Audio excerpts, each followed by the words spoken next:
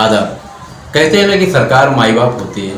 सरकार चाहे जहाँ की हो, केंद्र सरकार हो या राज्य सरकार हो या कोई पालिका हो, जैसे हमारे यहाँ भिवंडी निजामपुर शहर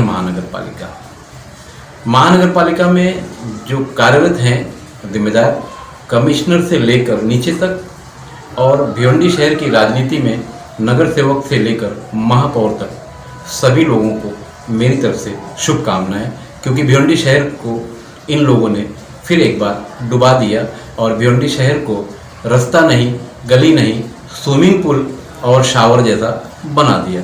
स्विमिंग पूल तो ज़मीन पर होता है और शावर आमतौर से ऊपर से पानी गिरता है। तो आप लोगों ने ध्यान दिया होगा कि भिवंडी शहर के जो फ्लाईओवर हैं वहाँ पानी ऊपर से आपके ऊपर गिरता है। अगर घर में पानी कम हो तो यहाँ साबुन लेकर नहाया जा सकता है। बहरहाल आइए आगे बढ़ते हैं।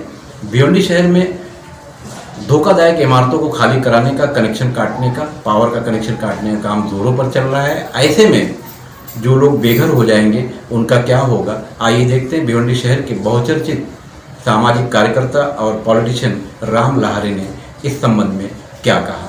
मैं खान फखर आलम फरीद निजामी के साथ।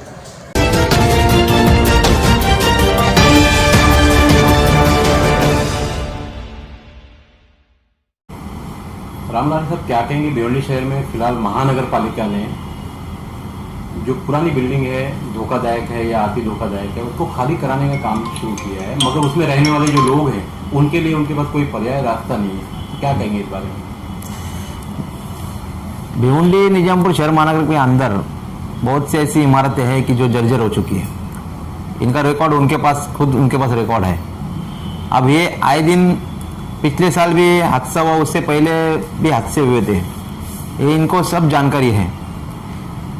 म्यूनसिपैलिटी की जो इमारतें, अभी जो म्यूनसिपैलिटी ने जो इमारतों को अभी धोखादायक इमारत घोषित किया है, उस इमारतों में बहुत से गरीब बेचारे फैमिलियाँ रह रही है। आज ये लोग सिर्फ नोटिस दे देते हैं और नोटिस देने के बाद में उनका विचार नहीं किया जाता लोगों का। कई घरों में पगड़ी सिस्टम में रहने वाले लोग हैं, कई घरों का वाद रहता है, मालक का वाद रहता है, इसका वाद रहता है, लेकिन म्यूनसिपैलिटी का एक फर्ज होता है कि उनका कुछ भी वाद हो, मालक या उनका, लेकिन म्यूनसिपैलिटी ने एक फर्ज उन्हें निभाना चाहिए कि जो रहने वाले, जो उसके अंदर जो गरीब जो लोग हैं, उनको घर कहाँ जाए वो लोग, उनको निकालने का। वो तो खाली नोटिस देते, उनके आगे का विचार उनका होता नहीं। तो मेरा ऐसा कहना है कि म्यूनसिपैलिटी ने और आयुक्त ने और इधर के सारे राज्यकर्ताओं को करना चाहिए उनके लिए कि एक प्रमाण पत्र जो उन्होंने पहले से अपने गवर्नमेंट में है, वो प्रमाण पत्र उनको देना चाहिए और उस प्रमाण पत्र के आधार पे वो लोग अपना घर खाली कर सके। या तो फिर अगर वो इमारत गिरती है या तो फिर उधर वो बिल्डर हो या वो घर मालक हो, उसका कुछ सोल्यूशन निकालते वो लोग। बाद में वो लोग तो इंतजार में रहते हैं घर मालक कि एक कब खाली हो, कब गिर जाए, लेकिन उनको एक आधार बने, जो रहने वाले लोग हैं उनको एक आधार बने, या तो उनको आगे चल के उनको कोर्ट में जाने के लिए कुछ तो प्रमाण पत्र उनको तुरंत दिया जाए, ताकि बाबा खाली कर रहे हो तो मैं ये तुरंत तुमको प्रमाण पत्र दे ले, पंचनामा करो, ये घर बाबा इतने इतने लोग आप रह रहे हो, इतने इतने स्क्वायर फुट में आप रह रहे हो, इसका आपको पंचनामा करके देते हैं, आपको इसका हक मिलेगा। इस तरह का अगर प्रमाण पत्र रहता है, वो देते हैं तो तुरंत वो खाली करें, खुशी खुशी खाली करेंगे, लेकिन उसको कुछ हक दिया नहीं जाता है। इसके लिए वो बेचारे डर के मारे उनका घर छूट जाएगा, डर के मारे अपनी प्रॉपर्टी चली जाएगी, इसीलिए वो लोग अपने जान जोखिम में डाल के वहां पे रहते हैं। इसके लिए हम लोग आयुक्तों को विनती करते हैं कि इस तरह का एक कमेटी, एक समिति स्थापन करें कि जो जितने जर्जर इमारतों में जो लोग रह रहे उनको तुरंत खाली करते उनको प्रमाण पत्र इश्यू किया जाए, ताकि वो आगे की लड़ाई अपनी खुद इसमें लड़ सके, उनको हक मिल सके। इस तरह से अगर काम होता है तो अपने लोग खुद ब खुद अपने घर खाली करके अपनी सेफ्टी जगह पे चले जाएंगे, या तो भाड़े से ले, या तो कहीं भी चाहे, या तो अपने एमएमआरडी के जो बनाए बिल्डिंग है उसमें उनको एक एक रूम्स अवेलेबल करके दे कि वहाँ तब तक तुम रहो जब तक ये तुम्हारा कुछ आगे की जो भी तुमको बिल्डिंगों में रहने के लिए, भाड़े से रहने के लिए अगर तुम्हारा बंदोबस्त हो जाए तो उसके बाद में आप चले जाए, लेकिन तब तक उनको एक प्रमाण पत्र सर्टिफिकेट इश्यू किया जाए। ऐसी मेरी विनती आयुक्त साहब से, वो और जरूर उसमें वो कुछ अमल होएगा, ऐसी मैं उनकी अपेक्षा करता हूँ।